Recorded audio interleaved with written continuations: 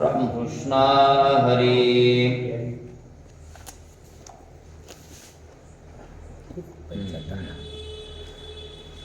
श्री गणेशाय नमः. श्री सीतारामचंद्राय नमः. खरासी लागता गोमासी तडफडीत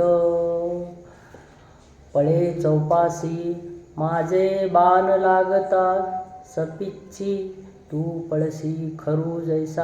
कथा परिसता रामायण पूर्वज उद्धरतीदान पूर्वजांचे नवल कोण उद्धरे संपूर्ण त्रिजगती अशी तुमचा आमचा जगाचा उद्धार करणारी रामकथा. त्या रामकथेच्या माध्यमातून नाथ महाराज सांगू लागले. रामचंद्र प्रभू खराला बोलू लागले. अरे म्हणले तू गाढवच गाढव आणि गाढवाला गोमाशी लागली. गोमाशी लय तळमळ करते कुठल्याही जनावराला असू द्या. मग तसा तू कसा आहेस? अरे गोमाशी लागणारा तडफड करणारा तू माझ्या पुढं आहेस. मग तू काहीच करू शकत नाहीस. रामचंद्र प्रभू कुणाला म्हणतायत? खराला बोलू लागले, निखंदून बोलू लागले. आणि निखंदून बोलत असताना मग काय काय म्हणले ऐकूया. ऐसे ऐकुनी श्रीरामाचे वचन खर झाला कोपायमान. झालते का? नाही. धनुषी वाहोनिया गुण अमित बाण वर्षला. अमित बाण वर्षला असं रामचंद्र प्रभूंना बोलल्या बरोबर राग आला ना त्या. नाही का? अज्ञानी माणसाला लवकर राग येते, ज्ञानी माणसाला कमी राग येते. बरं का? आला की मग ज्ञानी माणसाचा राहत नाही. त्या अगस्तीचा राग एकदा येतच नव्हता, आला तर समुद्रच प्राशन करण्याचा येते, घेऊनच घेतो म्हणले. तसं एकंदरीत तू गाढवच गाढव अज्ञानी म्हणून एवढं बोलल्याबरोबर राग आला. बाणच काढले महाराज त्याने. आणि काय केलं? खर वर्षला बहुत बाण दिशा विदिशा शर संपूर्ण. ते देखोनी क्षोभला रघुनंदन चाप सज्जोन चालिला. चाप सज्जोन चालिला. अनेक बाण काढले त्या खराने. खर दूषण त्रिशरा त्याच्यापैकी खर ह्यांचा तर निपात केलाच. खर वर्षला अमित बाण अनेक बाण टाकण्याचा प्रयत्न केला. रामचंद्र प्रभू देवाला काय तेने न रूपती, त्याला काहीच लागू शकत नाही. होय, पाऊस झाला काय, देव आहे तो. आणि म्हणून काय केलं पुढं रामचंद्र प्रभूंनी ऐका. जेवी गजावरी केसरी देवी श्रीराम राक्षसावरी. प्रळया भूतधारा वर्ष भारी देवी शरधारी वर्षत. देवी शरधारी वर्षत. कशा वर्षाव करू लागले? जेवी गजावरी केसरी. किती मोठा हत्ती असू द्या, नाथ महाराज म्हणले त्याला कोण जमू देत नाही. केशरी म्हणजे सिंह जमू देत नाही. जंगलाचा राजा आहे ना तो. मोठा जरी हत्ती असला तरी सिंह जमू देत. तसं रामचंद्र प्रभू म्हणजे का राजातले कोण आहेत? ते सिंह आहेत. ते कशाला खराला जमू देते? थांब म्हणले तुला दाखवितो. काय केलं रामांनी? बाण वर्षता श्री रघुवीरा बाण पिसारे सुटला वारा. तेने चळकाप निशाचरा बाणी भेदरा लाविला. चळकाप निशाचरा थरथर कापू लागलं माय. पण खर रामाचा बाण सुटल्याच्या नंतर कामच करून घेऊन येते. काही माणसं बोलले ना, त्यांच्या बोलाला किंमतच असते, कामच होते. आणि मग काही किती बोलू द्या. बालिश बहुबाय कात बडबडला. बालिश बोलणारे किती बोलले तरी काय त्याला. आम्हाला कविता होती ती.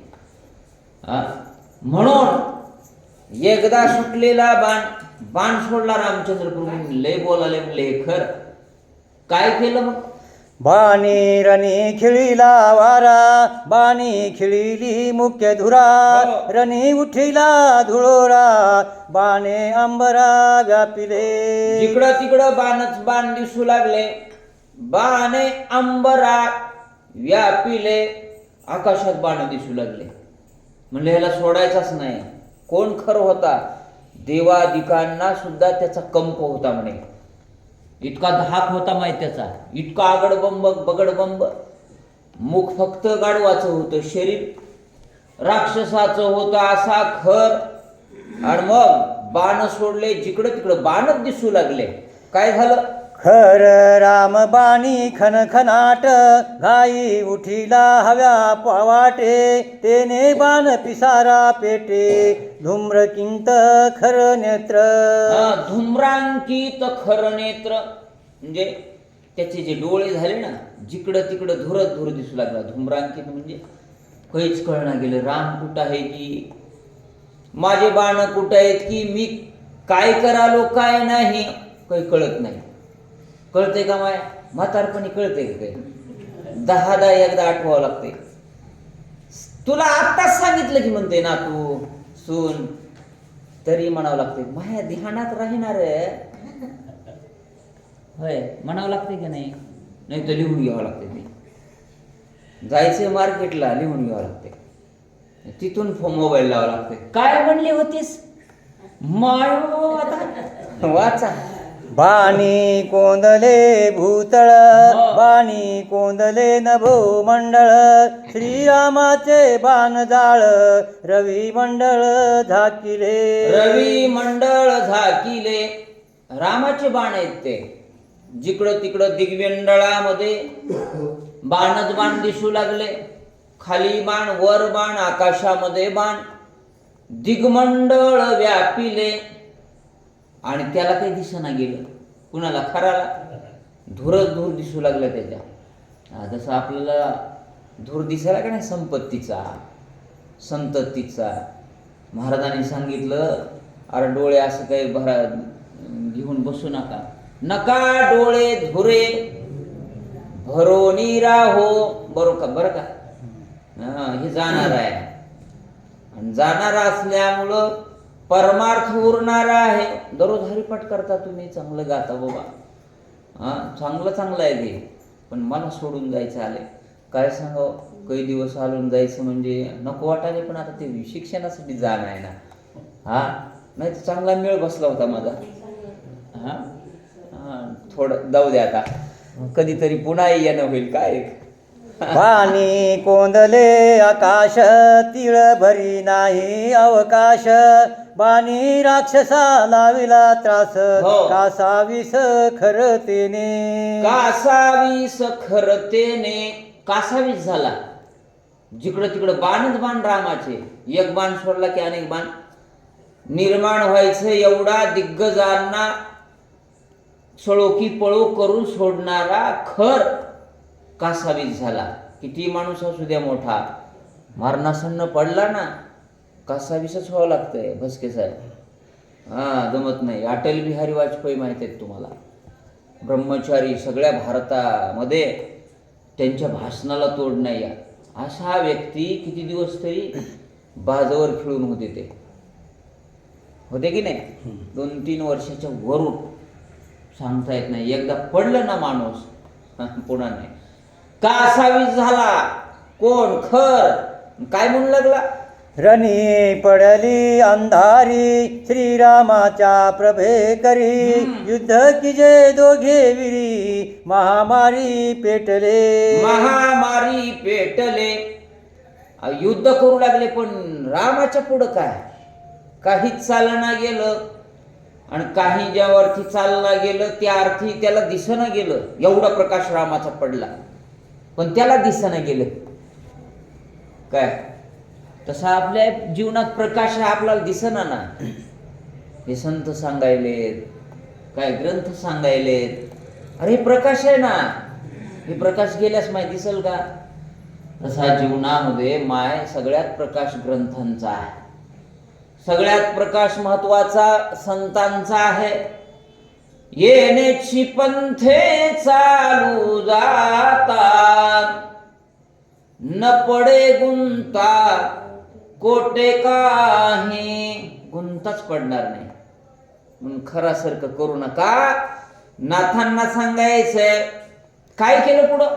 खर कोपोनी निर्वाण सोडित आहे वरदबान श्रीराम तुझा घेईन प्राण हस्तविंदान पाहे माझे. तरी ही राक्षसांची वृत्ती आहे. मी मेलो तरी हरकत नाही, पण पुढच्याला शिक्षाच लावतो.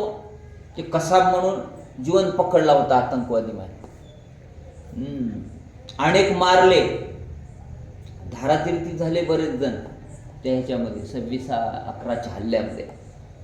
पण त्याला विचारलं आणि त्यानं सांगितलं की इथं मोठा हल्ला आणखीन करायचा होता, आम्हाला पकडलं, मी मेलो तरी हरकत नाही, अशी वृत्ती काही काही जणांची असते. तसा खरं म्हणू लागला, तुम्ही मारताय ना बाण, मी आता घाबरणार नाही. बघ म्हणले, हस्त लाघवे, हातानं आता युद्ध करू, ये रामा. मग काय केलं? ऐसे बोलोनी महाहट्टी बाण वरदाची या निज नेटी श्रीराम धनुष्य छेदिले मुष्टी पाडिले सृष्टी लघु हस्ते. पाडिले सृष्टी लघु हस्ते. रामाला काय पाडायला वेळ लागणार आहे? त्याने कितीही बाण प्रेरण करण्याचं काम केलं तरी राम लाघवी आहे, धनुर्विद्येमध्ये पारंगत आहे. आणि ही धनुर्विद्या कुणा शिकवली होती? विश्वामित्रांनी आपल्या आश्रमामध्ये ही विद्या शिकवली होती. आश्रमात जायची पहिली मुलं शिकायची, आणि ती विद्या गुरूंची होती. वशिष्ठांची वेगळी विद्या, विश्वामित्रांची वेगळी विद्या, आणि ह्या विद्येमधनं मुशीमधनं बनले होते राम. देव जरी असला तरी गुरु करावा लागतो. मग लघु लाघवे, जे बाण सोडला होता त्याचं काय केलं? निज निर्वाणाचे पूर्ण सवेच घेऊनी 7 बाण श्रीराम हृदय लक्षोन वेगी गर्जोन विंधिले. खरानं 7 बाण काढले, विंदानाचे बाण. तप करायचे हे राक्षस आबा, आणि तप करून आपण बघितलं ना, कुमारस्वामींनी बाण दिला होता काल त्रिशराला, आणि तप करून बाण घ्यायची. ते सांब असाच तप करीत बसला होता ना, म्हणजे खरग त्याच्या हातात पडलं नाही तर लक्ष्मणाच्या हातात पडलं. म्हणून असे 7 बाण काढले. रामाला आता मारणार, पण लघु लाघवे. राम किती एकंदरीत त्यामध्ये निपुण आहेत, ऐका. श्रीराम कवच अभेद पूर्ण अभेद्य कवची नरुते बाण वरदे केले निज निर्वाण सावधान अवधारा. सावधान अवधारा. रामाचं शरीर म्हणजे कसं आहे? कवचे पूर्ण. जसं शिवाजी महाराज स्वारीवर जात असताना काय घालायचे? चिलखत घालायचे. कधी कोण कसा येईल माहित नाही ना. अफजल खानाची आणि शिवाजी महाराजांची भेट ठरली त्या जावळीच्या त्या ठिकाणी, आणि ठरल्याच्या नंतर इकडले 13 जण काहीतरी, तिकडले काही जण, आणि आल्याजवळ पण अफजल खानांना विश्वास नव्हता. म्हटले, या ठिकाणी त्यांच्यावर आमचा विश्वास नाही, तुम्ही एकटेच या, आणि तुमच्या सोबत कोणी आणू नका, तुम्ही मीच भेटायचे. पण महाराज इतके हुशार, म्हणले अफजल खान आहे. आणि मग शाहिस्ते खान का अफजल खान होया बा. मग चिलकत घातलं होतं, वाघनक घेतली होती, आणि घेतल्याबरोबर ते धिप्पाडची धिप्पाड. त्याचा कावा ओळखला होता. इथं निघाल नाही, पण सांगालो मी. पहिले कसे वस्त्र घालायची, जाणून बुजून व्यवस्थित वागायची माणसं. आणि त्यांनी पुकार दिला, एवढा वेळ नाही आपल्याकडे, तुम्हालाही माहित आहे. आओ शिवबा, गले मिलते. आणि आलिंगन द्यायचे म्हणून घात करायचा होता, दाबूनच मारायचं होतं. कुणाला? शिवाजी महाराजांना. आणि हे छोटे होते, ते मोठा होता. पण महाराजांनी ओळखीलं, ह्याला मला दगा फटका करायचा आहे, हरकत नाही. दिला लिंगण, त्याचा कोतळा बाहेर काढला महाराज. त्याला चिलखत म्हणायचंय. त्यानेही प्रयत्न केले, पण चिलखतमुळं महाराजांना वार होऊ शकले नाहीत ना. किती हुशार महाराज असतील. तसे रामचंद्र प्रभू कवच कुंडला सहित आहेत, त्यांना रोखणार आहेत का बाण? 7 बाण काढले, खराने लागत नाही. कवचान भेदे बाणाशी, हो. वरद शक्तीची क्रिया कैशी, छेदोनी बंद बिरड्यासी, कवच भूमीशी पाडिले. कवच भूमीशी पाडिले. वरदाचे बाण होते ना, वरद बिरुदाचे बाण कैसी. आणि वरदाचे बाण असल्यामुळे तेवढे कवच घातलं तरीही जमिनीला पाडलं म्हणे. पाडल्याबरोबर काही इजा तर होणारच नाही. पण काय झालं मग? चाप कवच देखिता छेदिता देख, कापिन्नले तिनी लोक, गगनी देवासी असुख, परम दुःख इंद्रासी. सगळ्यांना दुःख झालं. रामचंद्र प्रभूंना 7 बाण मारलेत आणि ते कवचाला भेदायचं काम करतायत. परम दुःख देवांशी. सगळे देव हडबडले. म्हणजे राम सृष्टीचा करता करविता, त्याला ह्या खराने एवढं धक्का दिलाय. चिंता झाली. सगळ्या चिंता कुणाला? इंद्राला झाली. परम चिंता इंद्रासी. माझी खुर्ची जाते ही चिंता आहे ना कुणाला? तुमची निवडणूक लागल्या वा. हा, खटकन काम तर होऊन चाललंय, बरं आहे तेव्हा. हा, आणि काम करण्याला द्यायला पाहिजे तुम्ही पण. कोण देणार महाराज? होय, एवढा बुवा करायला आणि ते मी काही राहणार बी नाही तोपर्यंत समजा. पण सांगालो मी, तुमचे तुम्ही ठरविणार आहेत प्रत्येक जण. पण बुवाने एवढं केलंय ना सांग. हा होय आबा, हा केलंय की नाही? करणारला आपण विसरू नये. वाचा. कवच पडताची धरणी, अभ्रामधून निघे तरणी, हो. तैसा श्रीराम शोभेरणी, गिरा गर्जोनी बोलत. गिरा गर्जोनी बोलत. आणि एवढा हाकार दिला बर का. कवचाला जरी त्या बाणांनी हे करण्याचा प्रयत्न केला, चालूच नव्हतं का? आता सुरू झालं, बरं झालं. आणि काय केला बरं? वाचा. वरद बाण तुझे समस्त, क्रोधे सांडोनी केले व्यर्थ, तुझा संपला पुरुषार्थ, आत घात करीन तुझा. आता घात करीन तुझा. संपले का म्हणले तुमचे वरदाचे बाण? आणि वरदाचे बाण संपल्याच्या नंतर आता मात्र तुझा घात केल्याशिवाय रामाने ठरविलंय. आता ह्याला कशाला जास्त ठेवायचं आहे? वाईट माणसं जास्त काळ ठेवायचं नाही. देवाचं विरोधच आहे. यदा यदा ही धर्मस्य. होय, तुम्हाला ती पाठ आहे सगळं. म्हणून देव त्याच्यासाठी अवतार घेतो. ठेवायचं नाही म्हणले या खराला. काय केलं रामांनी? मग जो चाप अगस्ती दत्त, सजोनिया श्री रघुनाथ, रणी चालिला गर्जत, शर संपात सुटला. शर संपात सुटला. अगस्तीनी तिथं गेल्याच्या नंतर भेट झाली ना रामाची. ते वरद बाण दिला होता त्यांना सुद्धा, आणि ते काढला रामाने. आणि ते काढून ह्याचा खात्मा करू म्हणले यांना. त्या खराचा खात्मा करण्यासाठी रामाने तो बाण सज्ज केला. महाराज ऐका. खराचे बाण प्रबळ, श्रीरामे निवटिले सकळ, जेवी गुड पाडी कृषीवल, तेवी बाण जाळ छेदिले. किती पुरुषार्थी असेल ती बी.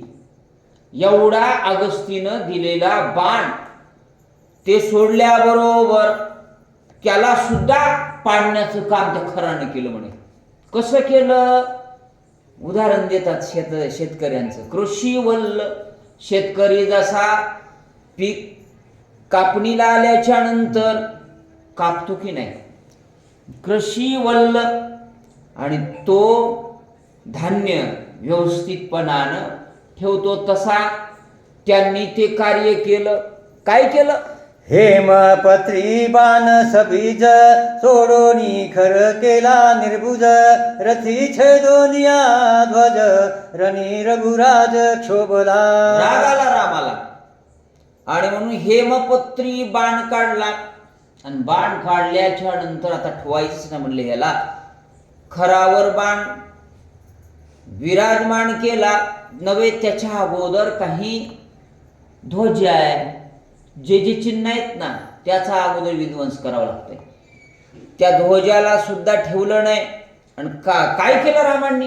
जैसा स्वर्ग भोगाच्युत पुण्यक्षये होये पतित तैसा ध्वज लख लखित पताका युक्त पाडिला. पताका युक्त पाडीला.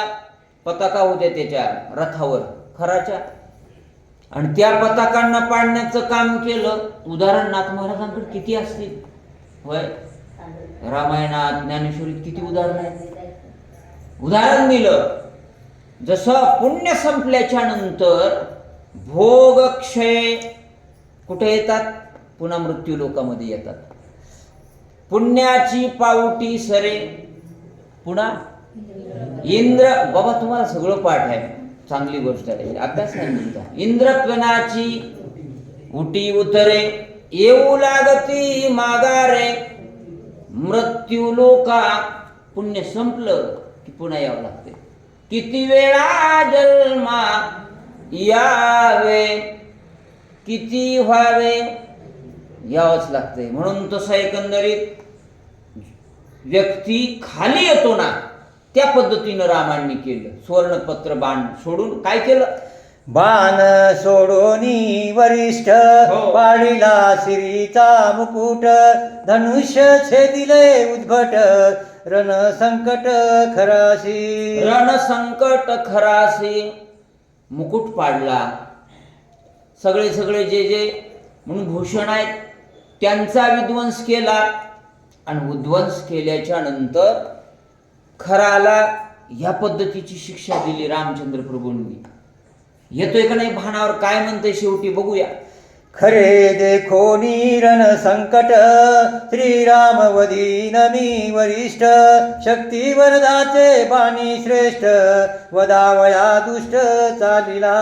आणि मग एवढा बाण सुवर्णपत्री सोडल्याच्या नंतर सुद्धा बघितलं त्या खरानं आणि बाण सोडण्यासाठी रामावर आणखीन चाल करायची आहे असा विचार केला त्यानं. ठोतच नाही म्हणला. वरदाचे बाण होते. मी म्हणलं ना राक्षस तप करत होते. माय 4 युग आहेत. आता कलियुग आहे. पहिलं कोणतं युग बर त्रेतायुग. त्रेतायुग पुन्हा सत्ययुग पुन्हा द्वापार आणि आता म्हणून 10,000 वर्ष त्रेतायुगामध्ये काय करायची तप करायची. रावणानं एका अंगठ्यावर 10,000 वर्ष तप केलं होतं. काय त्याच्या सगळ्या भावानी 10,000 वर्ष तप केलं होतं एका अंगठ्यावर. कमाल आहे की नाही. तप करण्याची पद्धत होती त्या काळामध्ये. त्यानंतर तुम्ही सांगितलं सत्ययुगामध्ये जप करण्याची वेळ आली. तप गेलं जप आलं. आणि द्वापार युगामध्ये मग पूजा विधी ह्या पद्धतीनं देव आपलासा केला जायचा. आता कलियुगामध्ये एकच साधन सांगितलं संतांनी. कलयुगामाजी करावे कीर्तन तेने नारायण देईल भेटी. कीर्तन म्हणजे नामस्मरण करा. कलियुगाचं सोपं साधन आहे. पूजा करायची गरज नाही, अर्चा करायची गरज नाही, उपवास करायची गरज नाही. तुम्ही तर म्हणताल बाबू हे वेळेस सांगायचं. आम्ही तर जास्त तेच करता. महिला जास्त त्या गोष्टीकडे मी जात नाही. पण करू नये. 2च उपवास करायचे. संत तुकाराम महाराजांवर विश्वास आहे ना आपला, आहे की नाही. त्यांनी 2च उपवास सांगितले. कोणते सोमवारी आणि एकादश 2 करा निश्चळ होईल.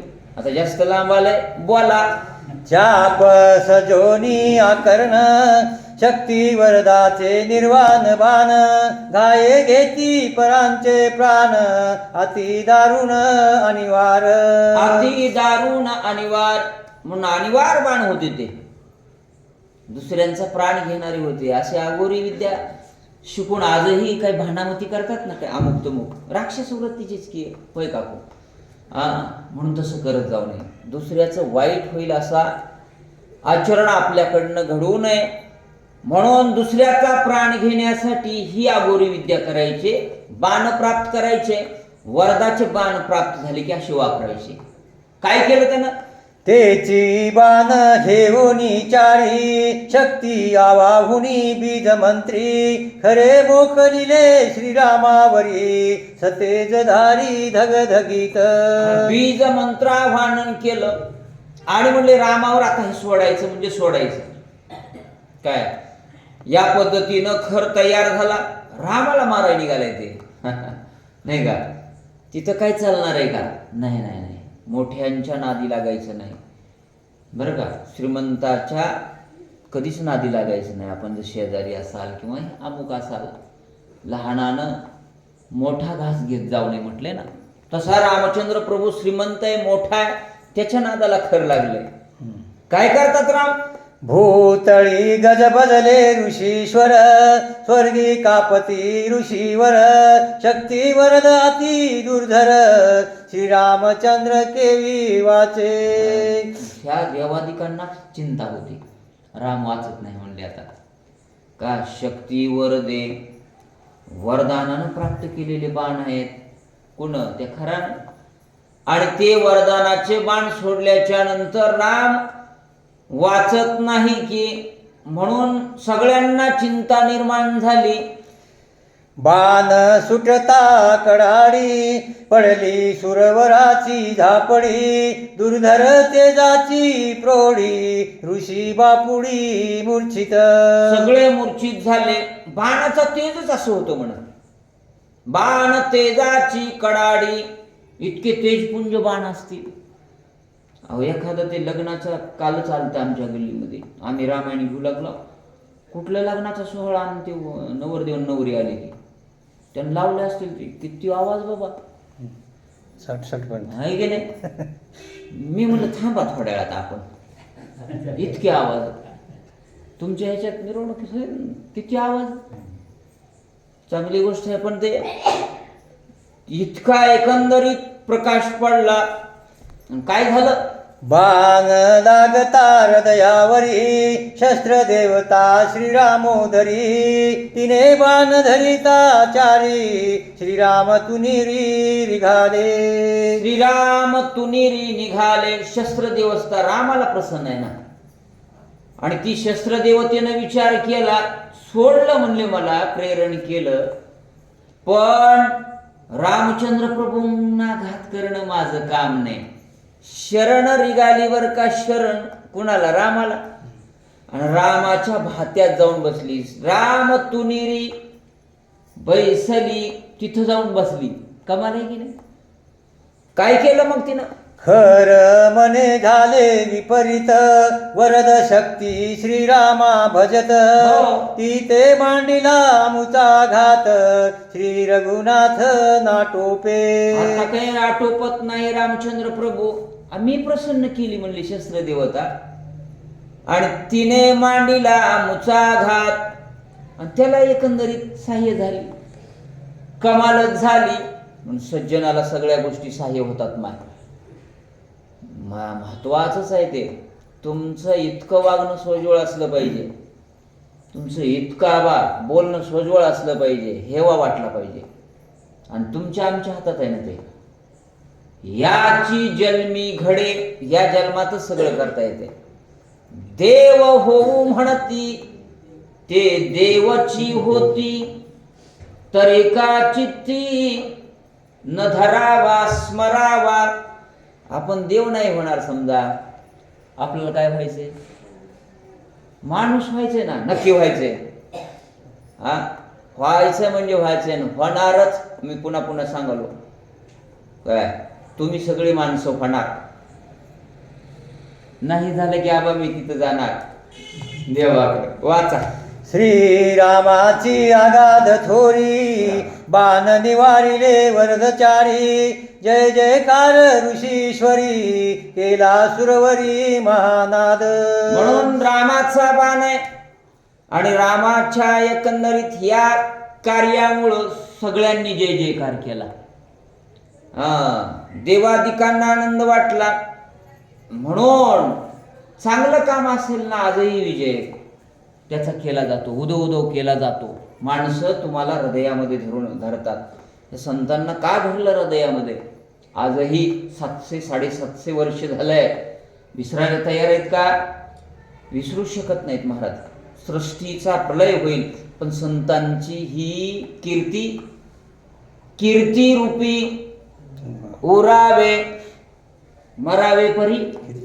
म्हणून तुमचं जीवन आणखीन आहे. थोडी कीर्ती केली पाहिजे. तुका म्हणे ज्यावे सत्कीर्तीने बरवे. जीवन जगायचे ना सत्कीर्तीनं जगलं पाहिजे. रामाचा उदय सगळे करायलेत का? एवढी कीर्ती केली ना. वाचा. बाण निवा